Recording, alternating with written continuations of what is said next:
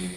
So, this time naman po, hayaan niyo pong basahin ko po ang ating passage sa Tagalog para sa ating karagdagang kaalaman. So, nasa first book of the Bible tayo. First book, first chapter. Genesis chapter 1, verses 28 to 31. At ganito po ang sinasabi. At sila'y pinagpala, wika niya, magpakarami kayo at punuin ng inyong mga supling ang buong daigdig at pamahalaan ito. Binibigyan ko kayo ng kapangyarihan sa mga isda, sa mga ibon, at sa lahat ng may ilap na hayop, maging malalaki o maliliit. Bibigyan ko rin kayo ng lahat ng uri ng butil at mga bungang kahoy na inyong makakain. Ang lahat ng halamang luntian ay bibigay ko naman sa may ilap na hayop, malaki man o maliit, at sa lahat ng mga ibon. At ito nga ang nangyari. Pinagmasdan ng Diyos ang lahat niyang ginawa at lubos siyang nasihan. Dumaan ng gabi at sumapit ang umaga at ito ang ika-anim na araw. Ito po ang salita ng Panginoon, purihin ang Diyos. Ang ating pag-aaralan po sa umagang ito at sa mga susunod po na mga Sundays ng February and March is a theme na madalas po na napag-uusapan sa labas ng church. Maririnig natin ang mga ganitong tanong at mga usapin. Saan ka nag-apply? Anong posisyon? Or, wag ka dyan. Walang work-life balance dyan. Meron namang iba, okay ba dyan? Anong offer nila? Meron naman ding iba, ganito ang response. Tinanggap ko lang naman dahil sa sweldo. Pero after 2 years, hanap tayo ng greener pasture. Growing up while hearing yung mga sermons from church, and this is quite sad, dahil bihira kong narinig sa pulpito na ina-address ang temang ito o itong concern na ito. As a result, marami sa mga Christian professionals ay may self-centered work attitude po at ang ina-apply nilang work ethic ay hindi biblical, kundi cultural. As Christians, ang dapat na ina-apply natin na worldview sa ating buhay, the way we see things, the way we live and breathe, the way we behave, the way we conduct ourselves in this world should be that of God's Word, kung ano ang kanyang sinasabi sa kanyang salita. Natandaan ko po noong new grad ako at first time ko palang mag-apply, nag-join ako ng workforce, naghahanap ako ng trabaho noon. Sabi ko po sa sarili ko, gusto kong mag-glorify ang Panginoon sa work ko. Pero what does that mean? Para sa akin, I was 19 years old noon, going 20. Graduate kasi ako ng college 19 to 20. This meant na tatanggapin ko lang ang job offer na may work week from Mondays to Saturdays, half day. Bakit ganon? Para may time ako, dahil member ako ng music ministry sa church namin, I had to have time para sa ministry. At hindi ako tatanggap ng trabaho na magbibigay ng assignment ng Sunday. Because commitment ko yon sa Panginoon at kasama ang aking mga kapatid sa Panginoon na magsasamba kami sama-sama on a Sunday. Ganon ang in my mind, ganun po ang definition ng God-glorifying work. Pero looking back, I now understand na mababaw lang din ang pagkaunawa ko pala. Matagal-tagal ko na rin pinag-iisipan na pag-aralan itong paksa natin sa umagang ito. Sa mga pastor, ang tawag po namin sa paksang ito ay The Theology of Work. Pero ang title ng ating series ay God's Gift of Work. May kausap ako noon, and nakakilala po siya sa Panginoon nung nag-usap kami. Siguro mga 10 taon na ang nakalipas. At nung time na yun, ini-encourage niya akong mag-apply sa isang kumpanya. At ganito ang sinabi niya po sa akin. Apply ka doon. Mataas ang sweldo. Napaisip ako. Bilang Kristiyano, kung ganito, iniisip ko ng malalim, although hindi ko sinabi sa kanya yung nasa isipan ko noong time na yon. Bilang Kristiyano, ganito ba talaga tayo mag-isip? Surely the Bible must reveal something better for God's people. And surely there must be good news pagdating sa trabaho. Kasi kung puro pera-pera lang ang pinag-uusapan natin, ay saan doon ang magandang balita? At itong usapan namin nung taong ito tungkol doon sa pag-a-apply, ito po yung nag-udyok sa akin sa pag-aaral na ito. Ang bawat society po ay may kani-kanya pong mga attitudes pagdating sa work. Para sa marami sa ating mga Pinoy, ang tingin natin sa work ay hirap. Kaya may kanta tayo, di ba? Ang magtanim ay bibiro, di ba? We equate work with pain and hardship. Idagdag pa po natin yung konsepto ng hanap buhay. Pag sabing hanap buhay, nasa survival mode tayo dahil hanap tayo ng hanap sa buhay dahil mailap ito. Tapos ginagawa natin itong hanap buhay at saka itong sinasabi nating trabaho ng 8 hours, at least 8 hours a day. Diba? We have only 24 hours in a day. Sabihin natin 8 hours tayo natutulog. We have 16 waking hours na lang. In other words, if we work for 8 hours, then 50% ng ating waking hours, nagpapakahirap tayo sa bagay na nawawala o mailap. Kaya yung iba sa atin, ang nangyayari, 50% ng waking hours nila hanap ng hanap sa nawawala. Ngayon, ano na ngayon ang kahinatan nila? Yung iba sa atin, kapit sa patalim. Survival kasi ang layunin. At takot ang umiiral. Imbis na informed ang conscience natin, takot. At dahil sa hirap ng trabaho at hirap ng buhay, pagsamahin na natin yun, tingin natin ngayon, ito'y sumpa ng Diyos. If we survey outside and ask the people kung ano ang work, is work a blessing or is work a curse because of sin? There is a general view na ang work ay curse because of sin. Sa Bible po, ang work o paggawa ay isa sa mga creation ordinance na binigay ng Diyos nang lalangin niya ang tao. Hindi po ito sumpa. Hindi ito kasama doon sa binigay ng Diyos nang hatulan niya ang ating utang magulang. Itong paggawa, itong trabaho, itong work, kasama po nito ang pag-aasawa, kasama po nito ang procreation or sex at pagkakaroon ng pamilya, kasama nito ang araw ng pamamahinga. Lahat po ito ay creation ordinance. This means na ang paggawa po ay mandato na pinagkaloob para sa kabutihan ng tao bago pa man pumasok ang kasalanan sa mundong ito. It is not a curse. In Genesis 2:5 at saka Genesis chapter 2 verse 15, makikita po natin ang mga salitang to cultivate, or sa Tagalog Bibles, makikita natin ang salitang alagaan. Sa original language, ito po ang salitang to work. Yun yung ibig sabihin ng mga salita doon.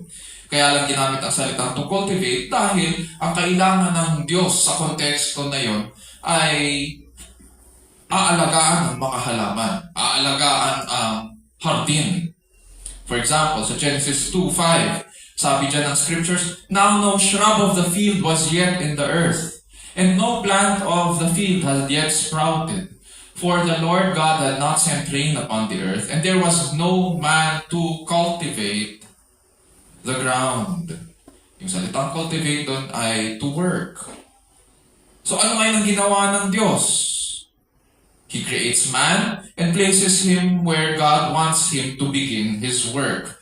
Sa verse 15 ng chapter 2 ng Genesis, sabi ng Diyos, "Then the Lord God took the man and put him into the Garden of Eden to cultivate it and keep it." The same word na to work. Wala pang kasalanan nun. Pinasisimula na ng Diyos ang tao sa kanyang tungkulin. So brothers, sisters, and friends, sa umagang ito, panalangin ko po na sa pag-aaral natin ng aklat na ito, matutunan po natin ang maging mabuting estudyante ng salita ng Diyos. Sa atin po na nahihirapan sa ating pananampalataya, sa trabaho, at sa buhay, may we find our strength restored in the study of God's Word. Naway pagkaloob sa atin ng Panginoon ang mga bagong naisin sa kanyang salita, para lalo po natin itong saliksikin. Let us search for answers to life's hardships in God's Word. At sa ating pagsasaliksik ay matuto tayong tumugon sa maayos na pamumuhay, sa presensya po ng Diyos, sa ilalim po ng kapangyarihan ng Diyos, at para po sa kalwalhatian ng ating dakilang Diyos. Today, ang question natin sa scriptures is, what is work and why is it good? What is work and why is it good? Which leads us now doon sa ating passage sa Genesis chapter 1. Pagkatapos po likhain ng Diyos ang sangkalangitan at sangkalupaan, syempre kasama na doon po yung mga lahat ng pananim at hayop sa mundo. Scriptures tell us that on the sixth day, nilalang po ng Diyos ang tao sa kanyang larawan at wangis. After which, in verse 28, immediately after He creates man in His image and likeness, God blesses man. Ganito po ang sinasabi. Verse 28, God blessed them, and God said to them, "Be fruitful and multiply and fill the earth and subdue it, and rule over the fish of the sea and over the birds of the sky and over every living thing that moves on the earth." So pinagpala ng Diyos ang tao.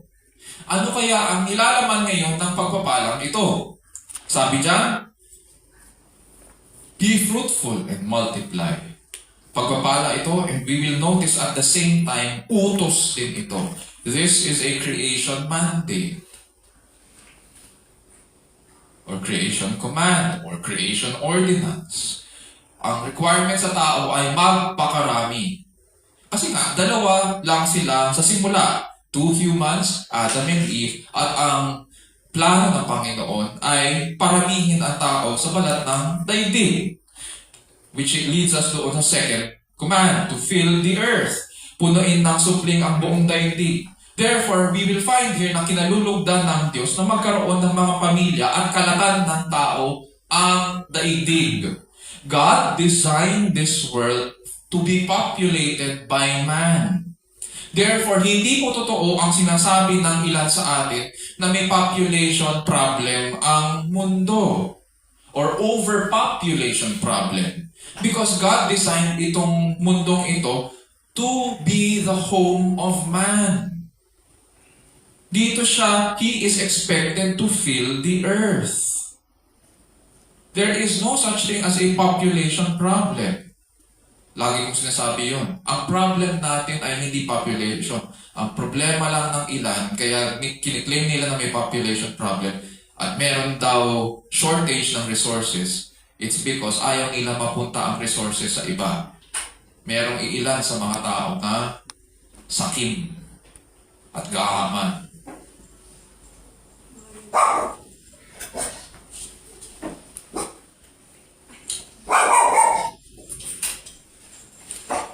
Next, hindi lamang sila biniles ng Panginoon to be fruitful and multiply and fill the earth. Kasama rin sa kanyang creation ordinance yung subdue and rule over. Pamahalaan ng buong daigdig. Sakop nito ang pamunuan ng mga isda sa mga ilog at karagatan, kasama ang mga ibon sa himpapawid, at lahat ng hayop, malaki, maliit, at may ilang man sa lupa. Therefore, makita natin na ang governance at authority na binigay sa atin ng Panginoon ay sa mundong ito. We are to rule this world for God. Noong unang panahon po, kapag pinangalan mo ang isang bagay, it indicates na nag-exercise ka ng authority doon sa bagay na yun. It indicates an exercise of authority over doon sa tumanggap ng pangalan mula sa iyo. Later in the story, makikita natin na pinangalan ni Adan ang mga hayop at pinangalan niya si Eva. Therefore, makita natin that man exercised authority over itong mga bagay na ito. So we will see here that man has work to do sa pamamagitan ng blessing na ito, and at the same time, command ng Diyos, he has to fulfill itong responsibility na ito. God as the creator, ruler, and master of the whole universe, and man as caretaker of the earth. God is now giving man the privilege to work with God sa pag-aalaga ng mundong ito. And man is expected to rule or govern the earth for God. Ang tao ngayon ang representative ng Diyos or ambassador. Yan ang tungkulin natin. Kaya na binasa ko po ang Genesis 2:15. So pagkatapos lalangin ng Diyos ang tao sa kanyang larawan at wangis, nilagay niya ngayon ang tao doon sa halamanan ng Eden. Doon magsisimula ang tao sa kanyang gawain at mag-e-expand mula sa Eden, from Eden to the ends of the earth. Which brings us sa verses 29 to 30. So pagkatapos lalangin ng Diyos ang tao, pinagkaloob niya ngayon sa tao ang lahat ng bagay para mabuhay at magampanan natin ang lahat sa ikaluluwalhati ng Diyos. Sabi niya po dyan, sa verse 29, Then God said, Behold, I have given you every plant yielding seed that is on the surface of all the earth, and every tree which has fruit yielding seed, it shall be food for you. And to every beast of the earth, and to every bird of the sky, and to everything that moves on the earth, which has life, I have given every plant, green plant for food, and it was so. Mula po sa pamumuno at kapangyarihan para pamahalaan po ang buong mundo, hanggang sa pagkain ng tao, para magampanan niya ang kanyang tungkulin, lahat ng bagay na ito ay binigay ng Diyos. Sabi nga dyan, Behold, I have given you. This showcases na ang Diyos ay, siya po yung nagmamayari ng lahat ng bagay.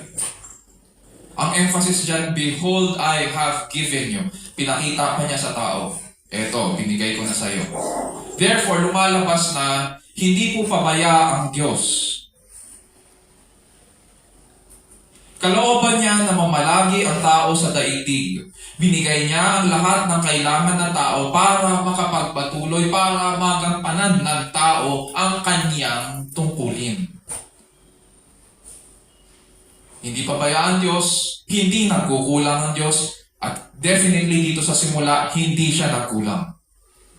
Hindi siya tulad ng sinasabi ng iba na pagkatapos likhain ng Diyos ang buong kalawakan na parang isang clockwork mechanism. Hindi ko lang alam kung baka yung ilan sa atin, yung mga nagsusuot ng watch, if you have tried to look at the inside of your watch, mapapansin niyo po na meron mga watch na automatic or mechanical, meron mga watch na tumatakbo sa baterya. Pero mapapansin niyo may mga mechanisms yan sa loob na kapag nag-start na yan, pwede mo lang iwan. Merong mga ilan na nagsasabi na ganun daw ang ginawa ng Diyos. Pagkatapos niya likhain ang kalawakan, sit back, relax, and enjoy na siya. Enjoy the show. Bahala na kayo. Bahala na ang tao sa buhay nila. Hindi ganun ng Diyos. God governs over all of creation. And He is active in history. Hindi niya iniwan ang tao. Verse 31. Punta tayo. From day 1 to day 5, mababasa po natin na God saw, after each day of creation, mababasa natin na ina-assess ng Diyos ang kanyang creation. At mababasa natin sa scriptures na ganito ang narration. God saw that it was good. Pero on the 6th day, pagkatapos niya nalangin ang tao, pagkatapos niya pagpalain ang tao, something is different. Sa verse 31, ganito po ang sinasabi. God saw all that He had made, and behold, it was very good. And there was evening, and there was morning, the 6th day. In other words, itong 6th day was a special day para sa Panginoon, an important day, dahil lubos na nasiyahan ang Diyos sa kanyang gawa. Bago pa man lalangin ng tao, mapapansin natin yung first 5 days, hinanda na po ng Diyos ang lahat ng bagay para makapagpatuloy ang tao, para maibigay niya ang lahat sa tao, para mabuhay ang tao dito sa lupa. Ngayon na nilikha na ang lahat, pinagpala niya ang tao, kahit hindi pa nagsisimula ang tao sa kanyang gawain. Man had yet to begin his responsibilities, but God had already given him creation as a gift. He had also given creation to him so that he can exercise governance over creation. Napakabuti ng Diyos. In other words, we were supposed to be king of the earth. Representatives ng Diyos. From this passage, may tatlong bagay tayong matututunan tungkol sa work. First principle. Work is good because work comes from God. We tend to measure the goodness of things ayon sa pakinabang nito sa atin. Kumbaga, halimbawa na lang, sinasabi natin, it's good kasi may napapala ako. Ganun ang katwiran natin eh. Bakit ba yan maayos? Bakit ba yan mabuti? Paano mo nasabi na maganda yung bagay yan? Kasi ganito ang gamit niyan. O, may napala ako. May balik sa akin, may returns yan. We tend to measure things ayon sa pakinabang sa atin. Kesyo napapadali ang ating buhay, kesyo napapabilis ang trabaho, o kasi nakakatipid tayo, o nakakapag-ipon. Pero ang unang pinahayag ng scriptures dito, kung bakit mabuti ang work, it is because hindi dahil may nabibenefit tayo. Ang unang pinahayag ng scriptures dito, work comes from God. That's why it's good. That's the first principle. It is because it comes from God. God is the standard of all that is good. That's why work is good. That's why meron tayong konsepto ng good. Because God is the standard of good. And work comes from God. Sabi nga sa James 1:17, every good thing given and every perfect gift is from above, coming down from the Father of lights, with whom there is no variation or shifting shadow. Work is a very good thing. Very good thing. Hindi lang good. It reveals to us who God is. Ika nga, noong 6th day, God saw all that He had made, and behold, it was very good.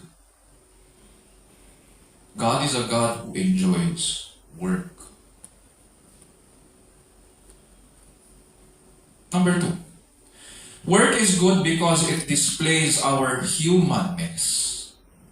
Work is good because it displays our humanness.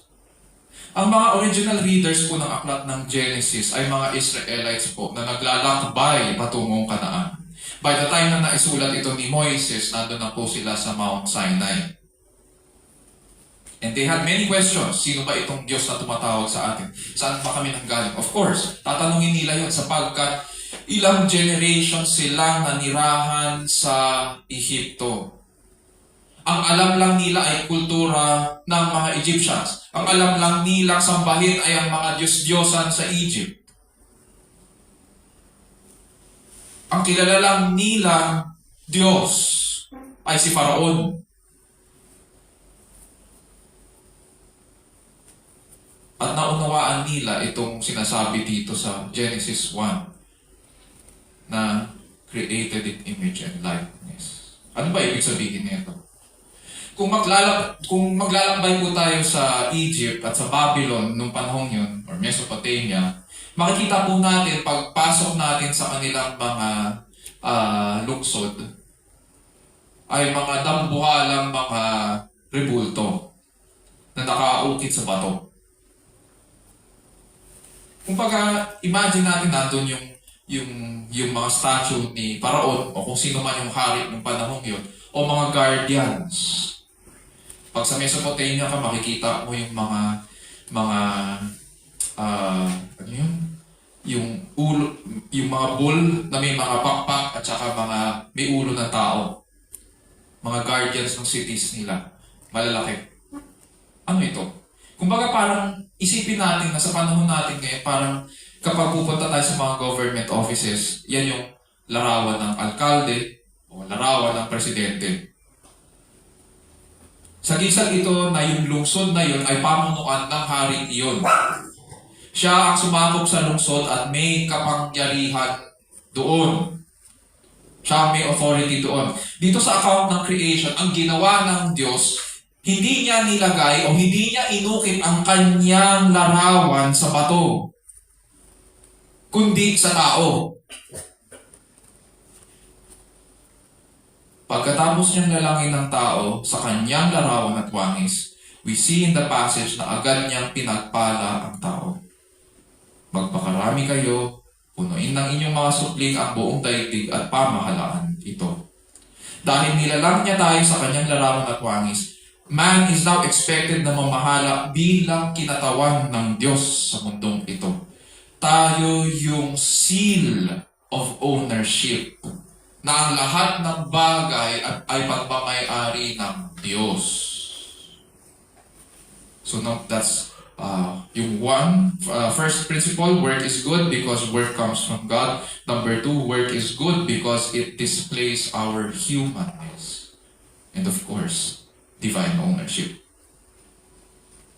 Pangatlo, work is a responsibility that blesses man. Work is a responsibility that blesses man. In representing God as the sovereign ruler sa ating pamamahala at paggawa, we are functioning as human beings, male and female according to our purpose here on earth. So God as the creator, owner, siya yung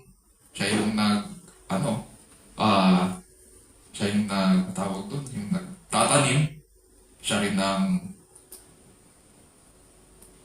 nagtutubig at papalago. Tayo naman, yung tagapangalaga. Tayo yung caretaker of the earth para sa Kanya. At yung responsibility na yun, 6 na araw gagawin ng tao. 6 na araw siya magtatrabaho. 6 na araw niyang papamahalaan ang mundo. Magiging fruitful siya sa kanyang gawain. Tinutupad ang layunin kung bakit siya nilikha ng Diyos. Upang sa pamamagitan nito ay maranasan natin lahat ang kakaibang kasiyahan sa piling ng Diyos. Pero the sad part about the story is merong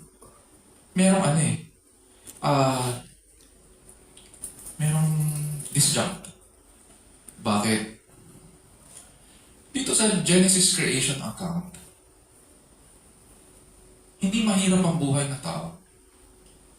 Nagtataka tayo bakit sa panahon natin, kung gano'n, pastor, bakit? Ang hirap ng buhay. Ba't ang hirap ng trabaho? Ang problema, hindi sa Diyos, hindi rin sa mundo. Tayo ang naging problema. Hindi natin pinahalagahan ang pagpapalang ito. Imbis na masiyahan ang tao sa Panginoong Diyos, mas nasiyahan siya sa pagsuway. Pinakinggan natin ang kasinungalingan. Imbis na maging pagpapala tayo sa iba, sinunod natin ang ating mga pita at naging mga makasarili. Mapapansin natin yun. Pag naghahanap ng trabaho, or nagtatrabaho na, it's every man for himself. Puro tungkol sa sarili natin ang pinaiiral natin. Work was intended as a holy gift from God for the benefit of all creation. Uulitin ko, it is a holy gift from God for the benefit of all creation. Pero tayo yung naging selfish. At dahil dito, dinungisan natin ang kagandahan ng pagpapala na paggawa. Ganun pa man, hindi tumigil ang Diyos sa paggawa para ipagkaloob sa atin ang katubusan. Just like His Father, Jesus enjoyed working. He was not only a teacher of God's law, He is not only the Word, Jesus is also a carpenter na sanay sa pagbabanat ng buto. During His ministry on earth, mababasa natin ang kanyang mga sinabi ukol sa redeeming work. Sa kanyang redeeming work at ng Ama. Ganito po, pakinggan lang natin. John 4:34, "My food is to do the will of Him who sent me and to accomplish His work." John 5:17, "My Father is working until now, and I myself am working." John chapter 9 verse 4, "We must work the works of Him who sent me as long as it is day." Naging tapat si Kristo. Dahil sa kanyang katapatan sa Ama in His perfect and finished work, ibinilang sa atin ngayon ang kanyang katuwiran.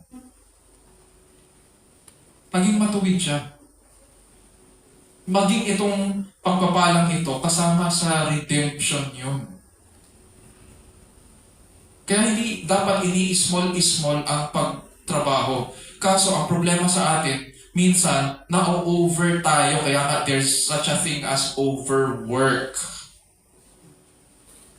Mahalaga ito, oo.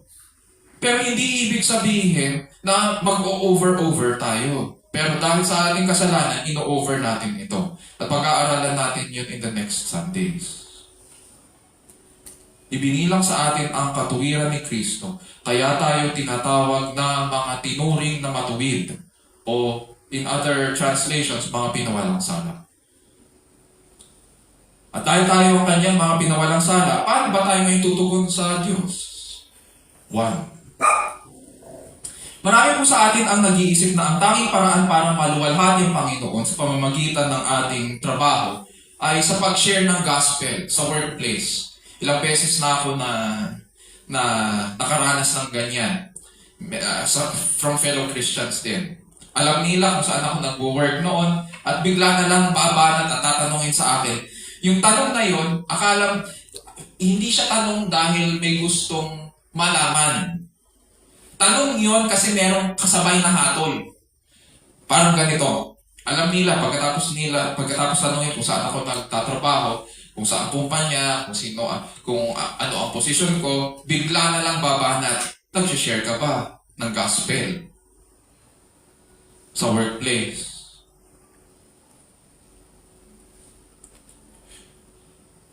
Na gusto ko pong sabihin, while preaching the gospel is important, it is not the only thing that matters sa work. Hindi po ito ang kabuuan.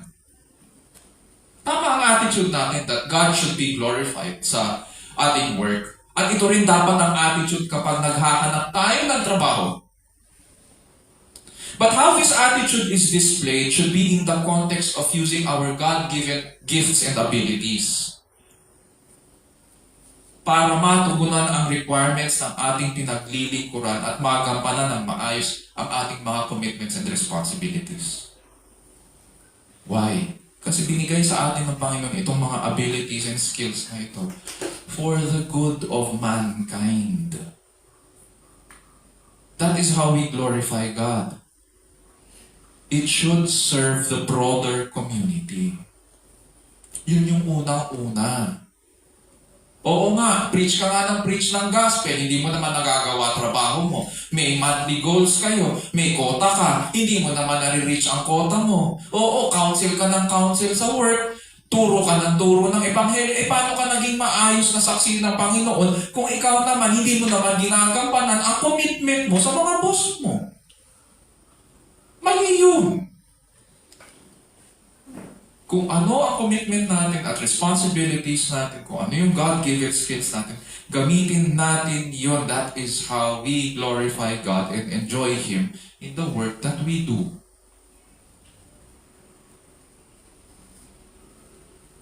Kaya nga sinasabi ko, preaching the gospel in the workplace is not everything. It is important, but it is not everything. Pangalawa, hindi natin kailangan kumapit sa patalim. Time and time again, kapag may naririnig akong Kristiyano na kumakapit sa patalim, sasabihin ko agad, namumuhay ka sa kasalanan. May problema ka. Bakit? Mayroon tayong Ama sa langit na nakikinig sa ating mga hiling at daing. Bakit ka namumuhay na parang walang Diyos?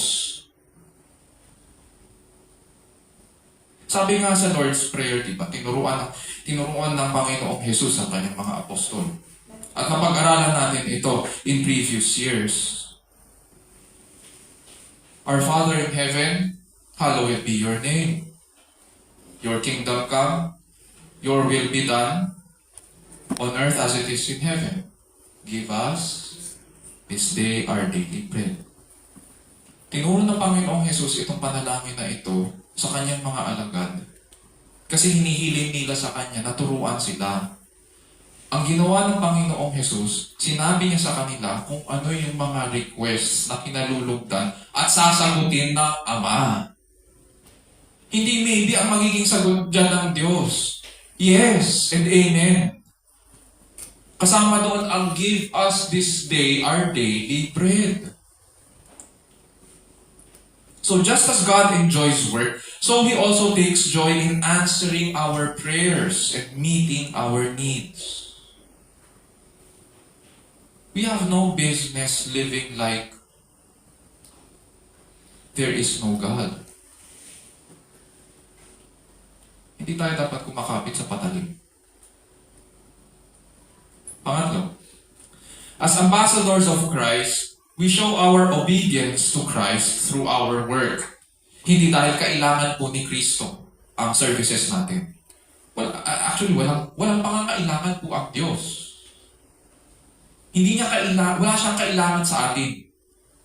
Pero ang nangangailangan sa atin ay ang ating mga kapatid.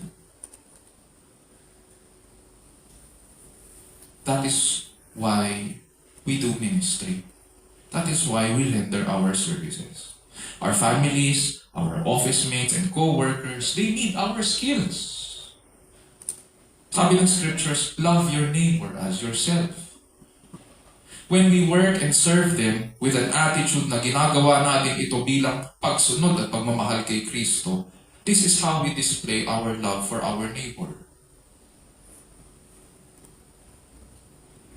Noong panahon po ni Moises, dito sa ancient Near East, hindi naman Genesis lang, or yung sinulat ni Moises ang creation account, or yung pinahayag ng Diyos kay Moises para isulat. Hindi yun lang yung document ng creation account. Meron din creation account na nauna pa. Yung creation account ng Egypt, yung creation account ng Babylon. At lahat ito ay mga alamat. Ibig pong sabihin, hindi nag-iisa itong Genesis noong panahon nila. At doon pa sa mga alamat ng kanilang creation accounts, pinapahayag nila ang pagsasaayos ng lahat ng bagay dito sa mundong ito. Ginagamit ngayon ng mga hari ang mga alamat para bigyang katuwiran ang kanilang kapangyarihan, yung kanilang mga religious practices, yung political systems, at everyday life in present society. Ganun pa man, hindi maaaring lahat ng kwento ukol sa pasimula at paglikha ay totoo. Uulitin ko, hindi ibig sabihin na porket maraming mga nasusulat, ibig sabihin lahat yan ay totoo. At hindi maaaring lahat din ay paniwalaan. Magandang basahin, oo, pero hindi lahat ay paniniwalaan. Isa lang po ang totoo. Sa biblical account ng creation, makikita po natin, bilang mga tagasunod po ni Kristo, naunawaan natin ang paggawa ay mula sa Diyos. And as such, it is very good. He is a God who enjoys work. He is a God who establishes order. At sa pamamagitan nito, pinapakita natin ang pagiging nilalang sa kanyang larawan at wangis. Sa pamamagitan ng ating paggawa. Ang tunay na tao ngayon, makikita natin, paano natin ang malalaman ang isang tunay na tao o well, based dito sa ating passage na ating pinag-aaralan, ang tunay na tao ay productive sa kanyang kamay. Hindi siya tatamad-tamad. Hindi siya pepelix-pelix. Yun yung pinapakita eh. Pagkatapos lalangin ng Diyos ang tao sa kanyang larawan at wangis, bigla niyang pinagpala sila, magpakarami kayo. Pamahalaan niyo ang buong daigdig. Ang totoong tao, ang tunay na tao, ay hindi tatamad-tamad. Yun ang pinapakita sa atin ng scriptures. Bahagi ng ating pagkatao ang paggawa. Hindi natin pwedeng paghiwalayin yun.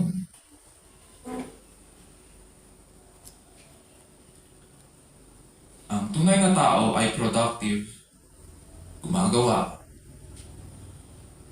nagtatrabaho. At pinagkaloob ito sa atin ng Panginoong Diyos para maranasan natin ang kasiyahan sa Kanyang piling bilang Kanyang mga nilalang. Therefore, our work matters to God. How does it matter to Him? Pag-aaralan natin yun in the following Sundays. So ngayon, naiintindihan natin that this is how work is supposed to be. Ito yung order, yung kaayusan na inilagay ng Diyos sa sanlikha at bahagi nito ang kabutihan at pagpapala ng paggawa. Isa puso natin ang mga bagay na ito at purihin po natin ang ating tapat at dakilang Panginoon.